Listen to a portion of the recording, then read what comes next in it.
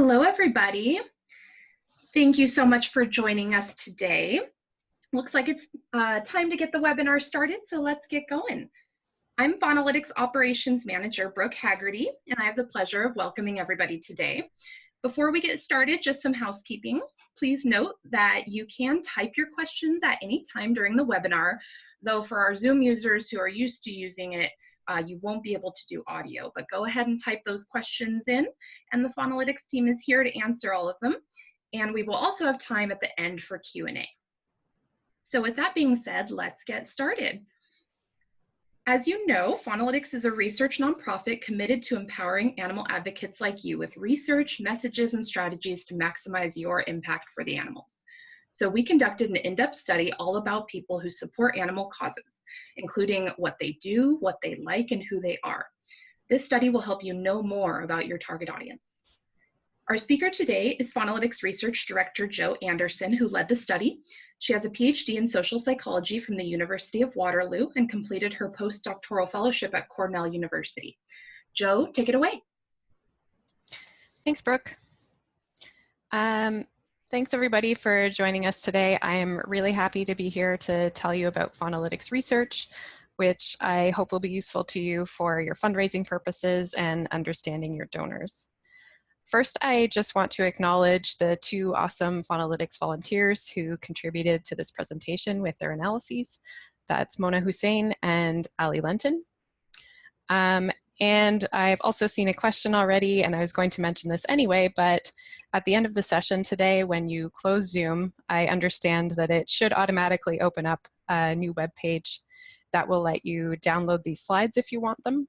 And the full report for this project is on our website as well.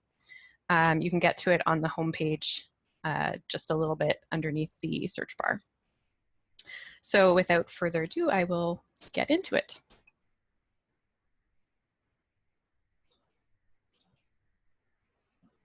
Okay, so first, just a quick outline of what I'll be talking about today. We have four main questions to address. Who gives or could give to animal charities? In other words, current donors and potential donors. Where donations are going in terms of which animals, which particular charities, and which other causes, human causes, people are donating to. We're also interested in how people are donating in terms of their preferred method, amounts that they're giving, and that kind of thing. And finally, why people support the charities that they do, which is the big question. I don't have all the answers to everything that there is, but I am really interested in your questions, whether or not I know the answers at this point. This is not the last study that's ever going to happen on donation to animal causes by a long shot. And so if you have questions, please do put them into the Q&A section in your Zoom panel, or feel free to email me anytime. Anything that I can't answer, I will hang on to, and we'll use it to inform future research. Because what's interesting to you as fundraisers is really what we should be looking at. And again, as I already said, the full report is available on our website at faunalytics.org. Finally, in terms of what I won't be covering today, the main thing is that I won't be talking about non-monetary forms of support. So volunteering and in-kind donations are something that we touch on in the full report if you're interested in, but I really wanted to focus on the monetary donations and fundraising aspect today.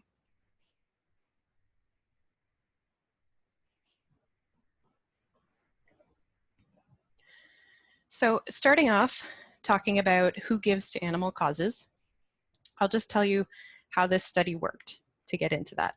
So we looked at a general population sample in the US so that we know that all of the percentages I'm providing are representative of animal donors in the full US population.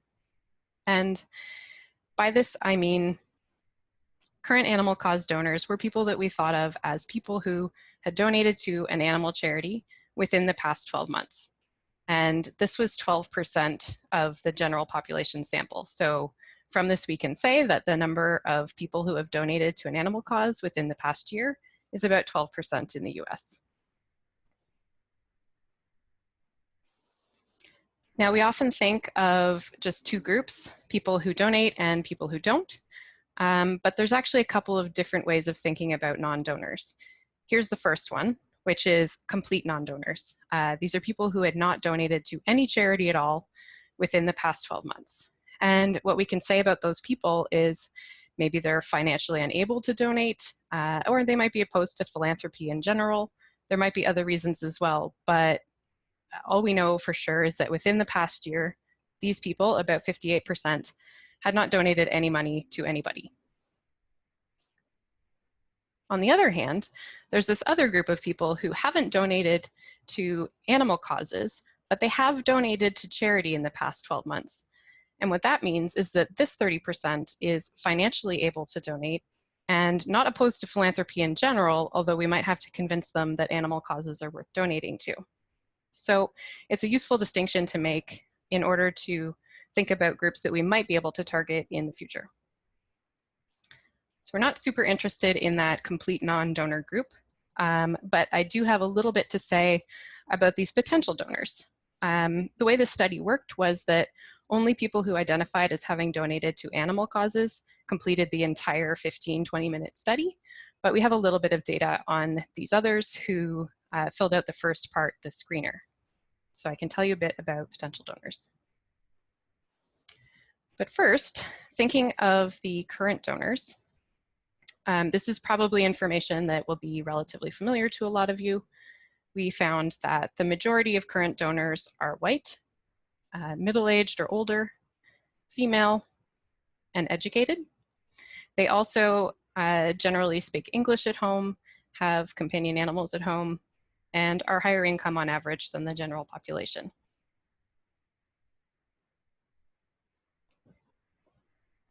One thing that's worth noting for the age point is that if you look separately at people who only donate to companion animal charities versus more general donors, there are more young people aged 18 to 24 in the group who donate more generally. So that's good news for the movement as a whole. We've got more young people coming in and donating broadly, but of course they don't have as much money on average as older people do, so we might have to wait a bit for them to increase their incomes. And looking at that other group, potential donors. So again, this is people who have donated to some charity in the past year, but not an animal charity. So they are potential targets for us to try and expand our donation horizons. The first thing to note about this is that there are many potential donors in every single demographic on the list, literally 2 to 3 times as many across the board. So whether you're talking about white Americans, Black Americans, Asian Americans, people from the South, people from the Midwest, people with low income or high income, you're seeing 2 to 3 times as many potential donors as current donors. So that means if you're looking to expand your donations, there really isn't a bad demographic to choose. And that's important to remember because when we look at the ones with the largest proportions, which it's really tempting to target, you see this set of people that looks very similar to our current donors.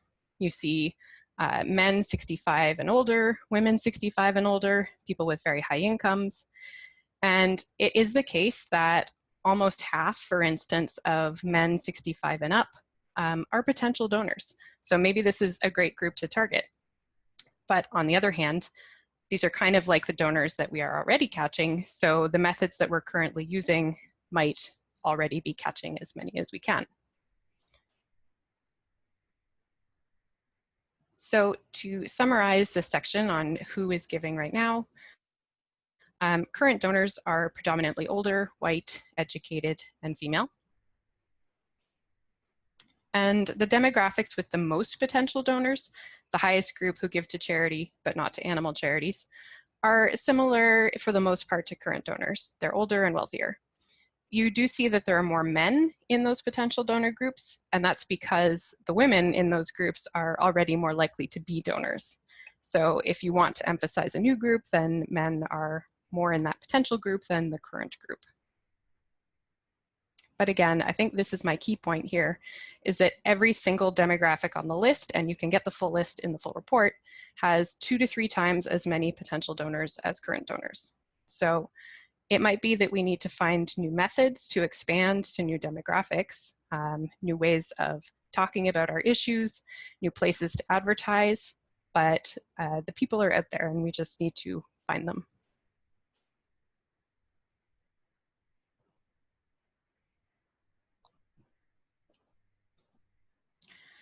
So next, in terms of where donors give their money, it will probably not come as a big surprise to you that a lot of people give money to companion animals. These percentages are percentages of donors. So you'll see at a glance that they don't add up to 100% because people could give to more than one cause. But we found that the majority of people gave to companion animals, 82%. 25% gave to endangered species, wildlife, or wildlife in captivity. 17% gave to charities for a broad range of animals. 12% gave to animals used for food. 4% gave to marine animals, 3% to animals used in science, and 2% to charities for donkeys, horses, burros, etc.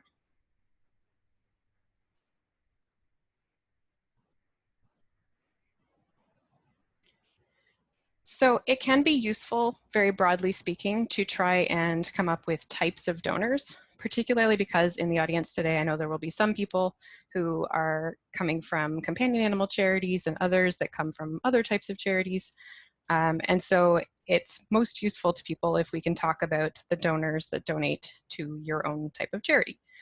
The difficulty with this is that while there are many companion animal donors, there are far fewer for each of the other types. So what we've done to try and work around this distinction is to group people into people who only donate to companion animal charities and people who are more general donors. So on the left, you've got 59% of people who donate solely to companion animal focused charities. And then the other 41%, like I said, I'm calling general donors, and these are people who gave to other species as well.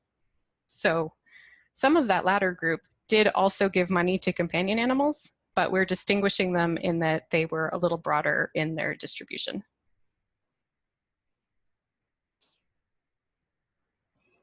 And I think that there are some people from effective animal advocacy groups in the crowd today. And I got a question before starting the session asking about EAA-focused donors. It wasn't something that we explicitly assessed during the survey, but I did my best to try and estimate how many donors might be motivated by EAA-type motivations, and came up with a maximum of 10%. I suspect that it's probably lower, more like 5% maybe, but the method that I used was to say that an EAA donor would presumably have donated to a non-sanctuary charity for farmed animals, a charity for a broad range of animals, marine animals, or wildlife not in captivity. And presumably, again, these are assumptions, that they would have named one of those as the most important charity to them. So with those assumptions, you come up with a maximum of 10% EAA-focused donors. I hope that in future research we can get a better estimate of that. This is one of those hindsight is 2020 kind of things where I wish we had asked it.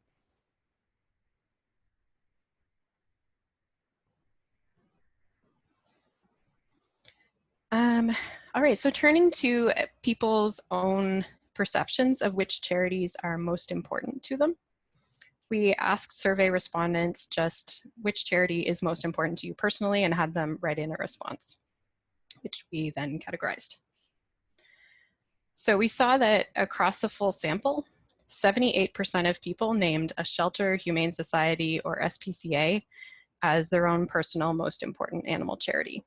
So the vast majority of respondents indicated a charity that was focused on companion animals. You then see in distant second a charity for wildlife or endangered species with 9% of respondents. 4% named a charity for a broad range of animals' rights or protection. 5% were unspecified, saying things like just any animal charity, stuff like that. And then if you are wondering where all the other animals have gone, unfortunately, they are down here, with about 1% or less of people naming farmed animal charities, marine animal charities, ones for animals used in science, donkeys, horses, and burros as their most important.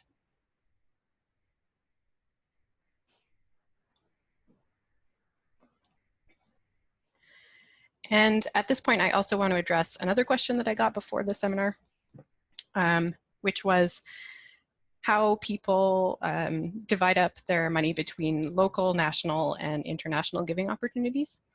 In this study, we only had enough data from companion animal charities to really address that, but breaking up that 78% from for companion animals, we found that more than twice as many people donated locally relative to nationally, and it was actually 10 times as many who donated locally relative to internationally.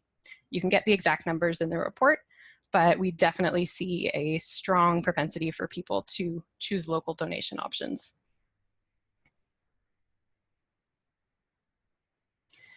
And understandably, these numbers do differ for people who are companion-only donors versus more general donors.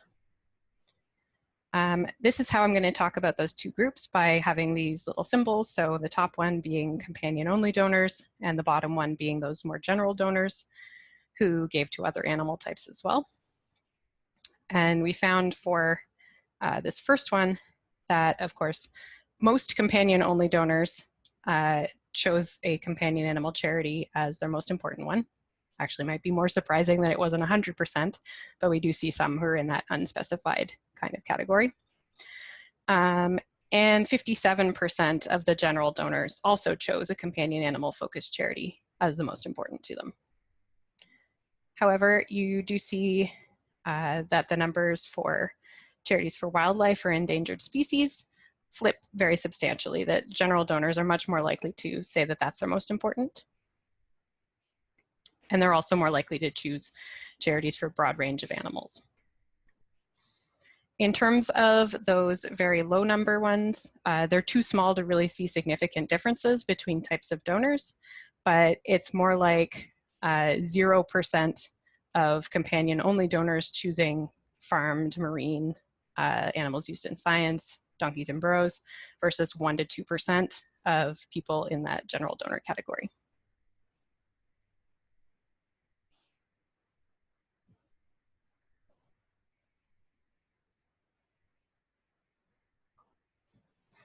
All right, talking about other causes that were supported, of course, a lot of people who donate to animal causes also support human causes.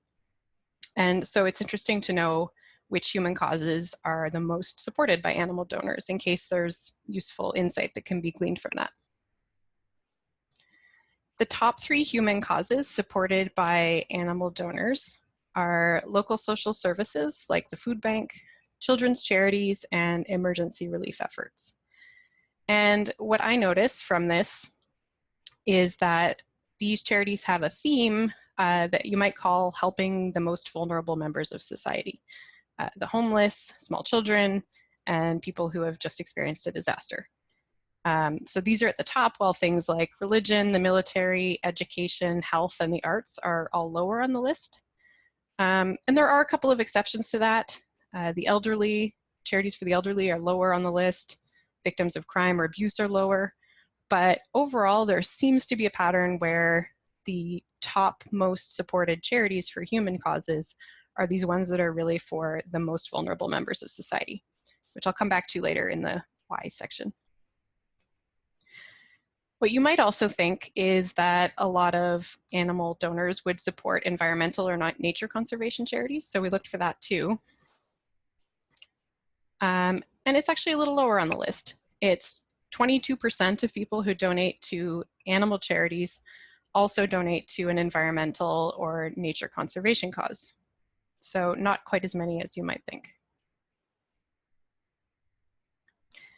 In terms of those 2 types of donors that we talked about, the first 2, local social services and children's charities, didn't show any difference between companion-only donors and general donors, but we do see a difference that general donors tend to be more likely to give to emergency relief efforts. And this one makes very good sense, that they also tend to be more likely to give to environmental causes.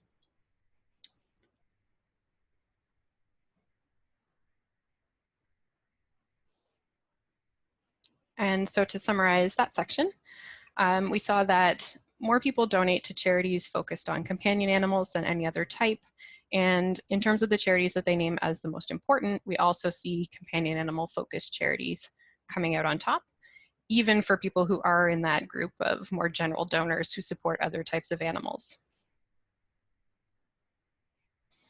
Again, animal donors' most supported human charities seem to me at least to be protecting vulnerable members of society.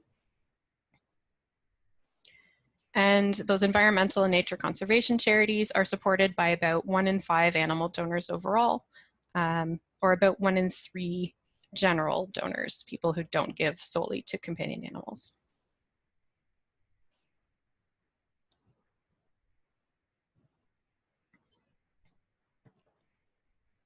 All right, so turning next to how people give, we'll look first at the amount. So this is total donations to animal charities, not individual charities, but the amount that you've given to any animal charity over the past year. And there's a huge range here. Some people had donated $1, at least one person had donated $10,000. So anywhere from the dropping a bill into a cash box to giving a pretty substantial donation. And we also see that as a percentage of total donations, including human donations, this ranged just as dramatically from 1% of all the donations someone gave to 100% all their money went to animal charities. So obviously with those big ranges, it's nice to get a better idea of the distribution. And you can get, again, a bit more detail on that in the full report. But the typical donor or median donor gave $90 to animal charities in the past year.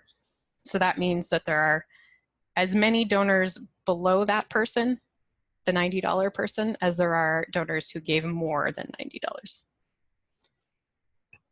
And that typical donor gave 30% of their total donations to animal charities. Again, you might wonder, is there a difference between people who only support companion animal charities versus general donors? And for the amount, the answer is yes. People who are more general donors tend to donate more money to animal charities overall than companion animal only donors.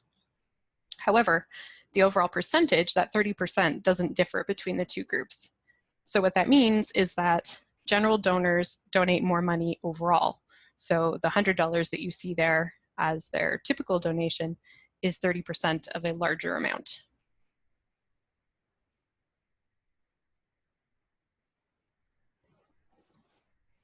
How many charities do people donate to? I will again divide this up in terms of people who donate only to companion animal charities and more general donors. And across the bottom, you see 1, 2, 3, and 4 or more animal charities that they've donated to in the past year. So companion animal only donors tend to have donated to just one charity. 2/3 of them, that's the case. Another 26% have donated to 2, and then the numbers drop off further from there.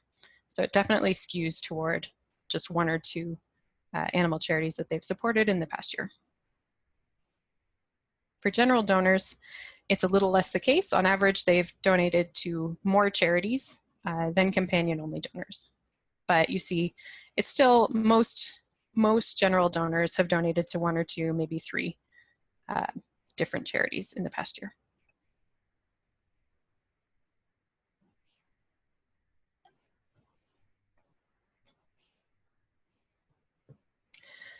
Next up, recurring donations are maybe the holy grail of fundraising, because it means that you don't have to go back to this person. They've already signed up to give on a regular basis. It's really great. We would love to have more of those. Unfortunately, what we find is that the number of people who have recurring donations set up is relatively low, about 10%. And what I would really like to have at this point in the presentation is data for you about how to increase that number. Groups that are more likely to do it, groups that are less likely to do it. Unfortunately, we ran those analyses and we didn't find much of any significant differences. In other words, people who give recurring donations versus people who don't, we can't really find anything that's coming out to predict which group they're going to be in. So we're not going to give up on this question, excuse me, but unfortunately I don't have great information for you about it right now. What I can say is that companion animal only donors are less likely to have a recurring donation set up than people who donate more generally to other animal causes as well.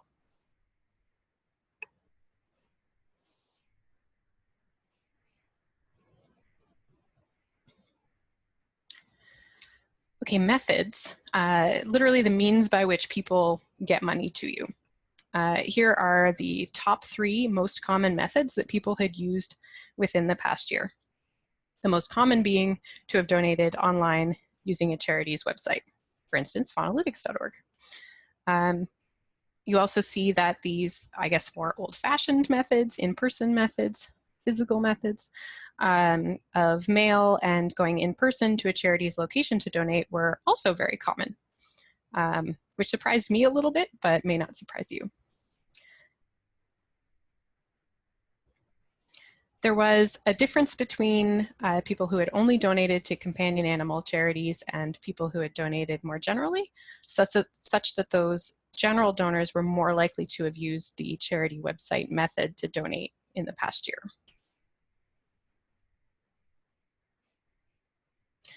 We also asked people about their preferred methods of donating, separate from ones they'd actually used. And you'll see here that those same 3 methods, the charity website, donating by mail, and in person, are still among the most preferred methods. But you've also got this 4th one in there of adding a donation to a store bill. So if that's not something that you're currently doing, I don't know how feasible it is, but it might be something to consider because almost 1 in 3 people likes that as a method. And in terms of those 2 different sort of types of donors, you see again that the more general cause donors like the online donation method more than companion animal only donors, and a bit of a reversal for using the mail. This is probably, in my opinion, due to companion animal only donors being an older group on average versus those general donors. If you remember, the general donors are more likely, or rather there are more 18 to 24-year-olds in the general donor group relative to the companion only group. So you're getting a bit of a younger sample, and they might like some of the online methods a little bit more. The other 2 options of adding a donation and donating in person didn't show any difference. And I should have said the same on the past slide. The ones where I didn't show a difference, it's because there is no significant difference.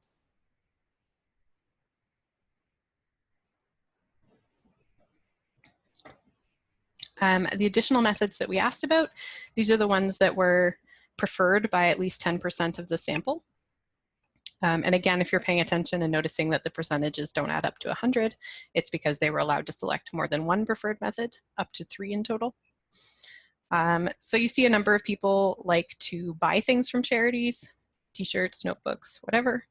A good number like using cash donation boxes at a store. You check out, put your dollar in there. Many people like fundraising events or doing this third-party purchase route. For instance, Amazon has a system where you can donate part of the cost of your purchase to a charity. And finally, 10% enjoy donating online via a social networking site like Facebook. The other methods that we had on the list were preferred by very few people, and just for the record, they included phone, text messages on the street or at your door, and using a bequest in your will or a charitable giving annuity, those kinds of options. So they were all preferred by 5% of people or fewer. And finally, we looked at these 2 in terms of those 2 different groups of donors and found that people who donate only to companion animal causes aren't as into purchasing from charity as the more general donors. And similarly, they also don't enjoy as much using the cash donation box at a store, which I thought was interesting because, at least in my experience, companion animal donation boxes are the ones that you tend to see at the store. So maybe some of the other charities for other causes might be able to expand methods in that way.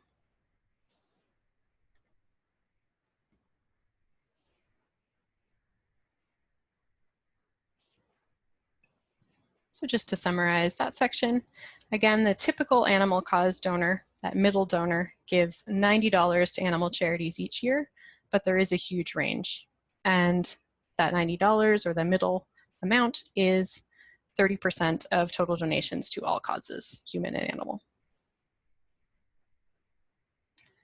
In terms of numbers, most animal cause donors are giving to 1 to 3 animal charities per year, with people who only donate to companion animal causes generally just giving to 1. And recurring donations, as I said, are relatively rare. About 10% of people have them set up. And at least so far, hard to predict, unfortunately.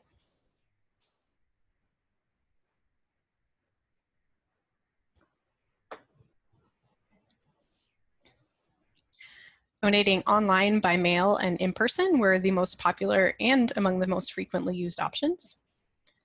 But again, it's worth noting that a lot of people enjoyed having other options and wanted to suggest these additional preferences that they have, so that you can consider how financially feasible they are to expand your range of methods. But essentially, I think the takeaway from this section was that there's a pretty wide range of preferences, and some of the ones that we rely heavily on aren't liked by everyone.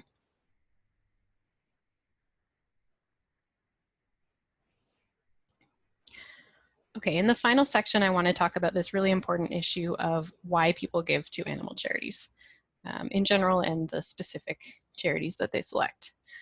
So the first way that you can find out why people are giving, and the most obvious, is to ask them. So that's what we did on the survey. We asked for the reason that they give to animal charities, and we just gave them an open-ended text box and let them type it in. And from that, we had a team of trained coders decide which categories their answers represented. And these are the results. So the top most common answer was essentially reflecting a general caring or affection for animals.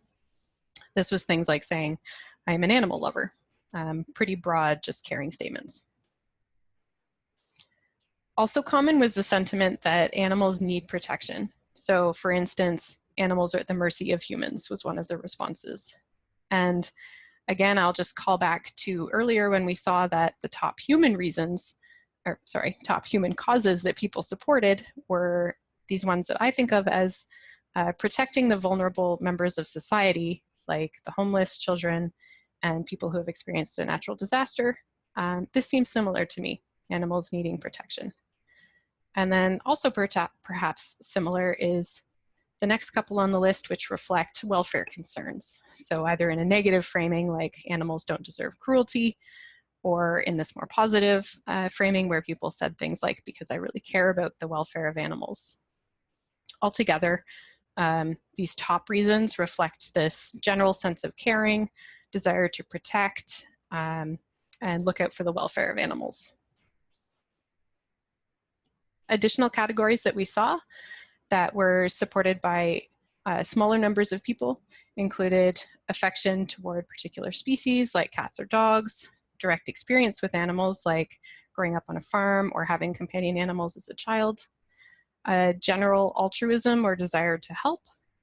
A few people expressed gratitude toward animals for the things that they felt animals have done for them. A few mentioned conservation goals, and finally, a few mentioned that animals all have rights and therefore we need to support them.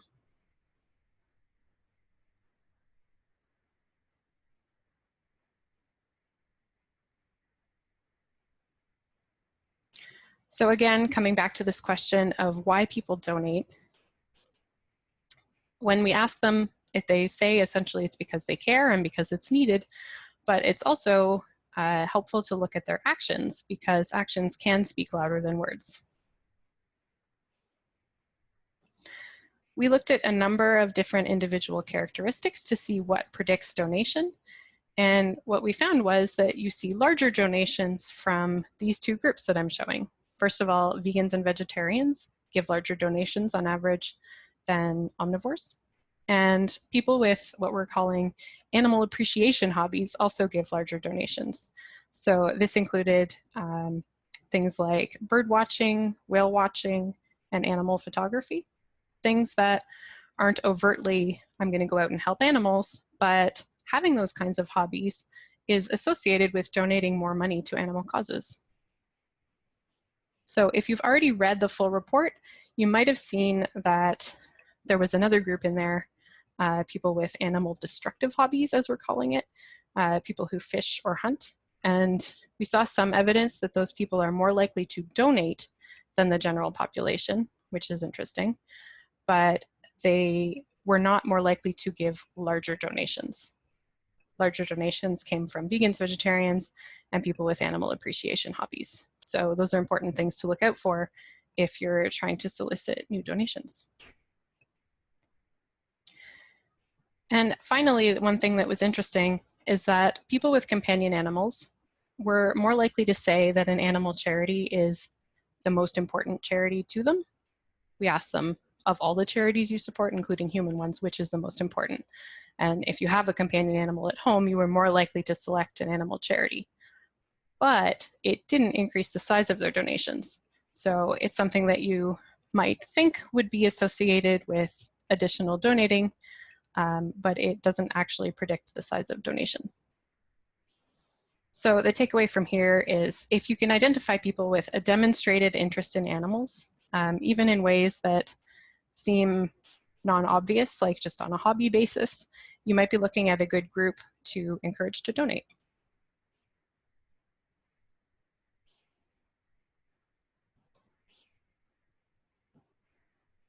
And finally, a big piece of why people give is why they don't. So I want to touch on that for this last bit.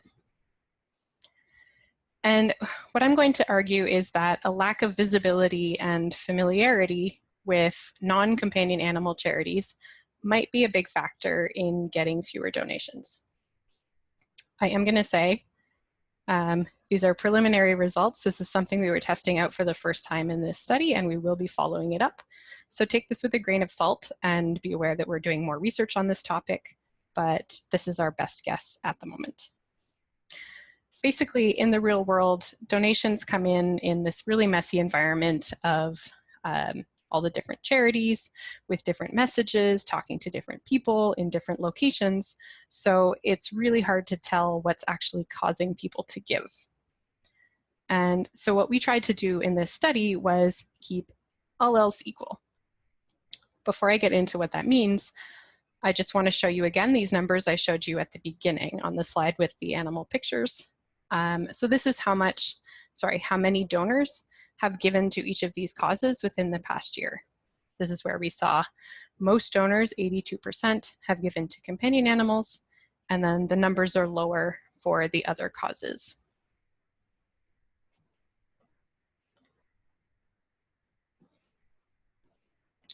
So in this all else being equal part of the survey, what we did was present people with a hypothetical scenario where we said, imagine you have $100 and we'd like you to give it to animal charities.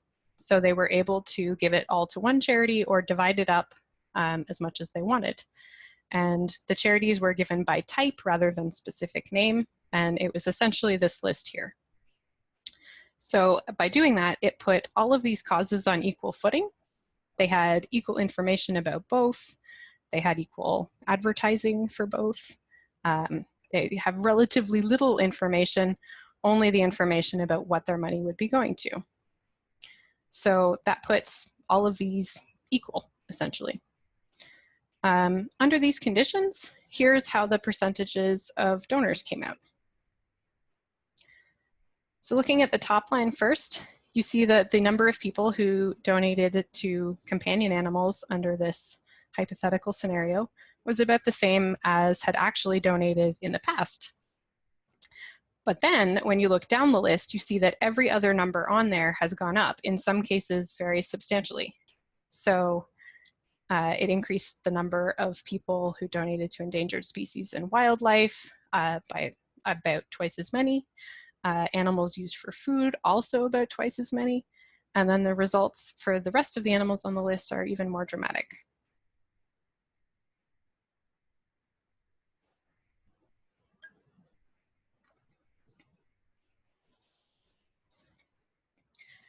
So you might be wondering about what about the actual donation amounts? And here's what we have for that. So this is the dollar amount. Again, they had 100 total dollars and were able to divide it up however they saw fit. This is how much money each of those causes got on average. So because it's out of 100, you can also think of it as a percentage.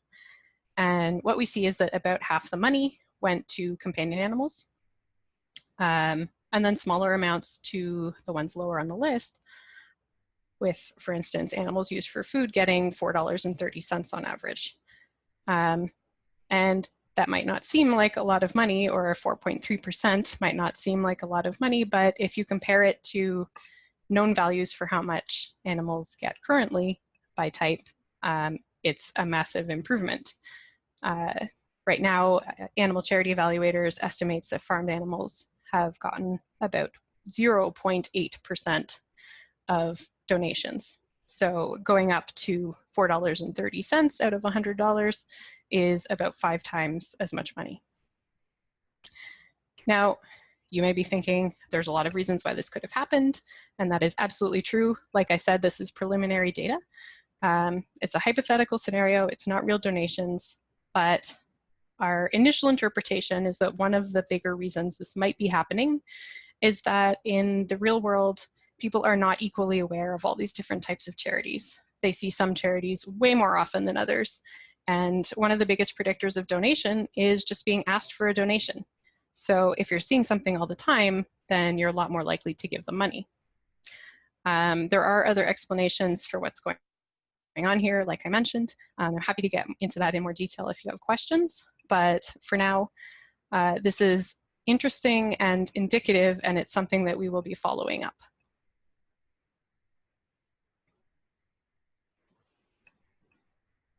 So to summarize, why people give. First of all, people donate when we ask them because they care about animals and want to protect them. I think it's useful to note that it is rarely because they believe animals have rights, which is a stance that a lot of animal advocates have, but because it seems to be only about 2% of the animal donor population, you might want to bear in mind whether that should be highly emphasized or not. And it's important to remember that caring is not necessarily invisible, that if you're looking for new groups to target with donation appeals, you can see caring in actions and interests, even the ones that might not seem at first glance to indicate advocacy or that kind of thing. Hobby-related things can still indicate that people care and will donate more than others. And finally, people donate to causes they know about. So again, we think that visibility and familiarity in the general public might be contributing to funding imbalances right now. And so if you have the ability to try and increase your visibility and your familiarity to a wider range of people, that might be helpful. There's a lot of things you could take out of this presentation and even more in the full report. These are just what I think are perhaps some of the key takeaways. First, that if you can, provide a range of donation methods so that you're appealing to people who have different preferences and might not donate another way. And some of them, I recognize I'm saying this from behind my computer screen, some of them might be harder to implement than others, and they might not seem worth the return. I'm not going to tell you whether they are or not, but I will just also mention that it can be helpful for the secondary goal of increasing that visibility and familiarity. Just get your name out there. Next, I would say try and look past current donor demographics. It's easy and tempting to rely on the same donor groups that we always have, and they might be really good sources for future donations. But in order to expand our donations and just to expand the diversity of our movement, we need to really look past those current demographics and look for new people to bring in. And the data that we have suggests that there are many, many potential donors in every demographic. So there's really no reason not to try and find ways of appealing to them. And finally, when it comes to the content of donation appeals, the research that we have so far about why people donate suggests that emphasizing caring, animal protection, and welfare, those kind of warm and fuzzy caring goals, is what people mostly care about. So I will end it here. I see that people have been putting questions into the chat, which is great. Hopefully Brooke has been keeping an eye on those. And if you have questions later, or if you ever want to get in touch, my contact information is here as well. So you can email me, and I also have a weekly office hour when I'm available online for anyone who cares to stop by. The details are there at that link. And then finally, if you want the direct link for the full report that goes with this, it's there at the bottom. And again, I mentioned this at the beginning, but this presentation will be available for you to download. Once the Zoom session is over, it should open a new web page where you can download that and also give us a bit of feedback about the webinar if you don't mind.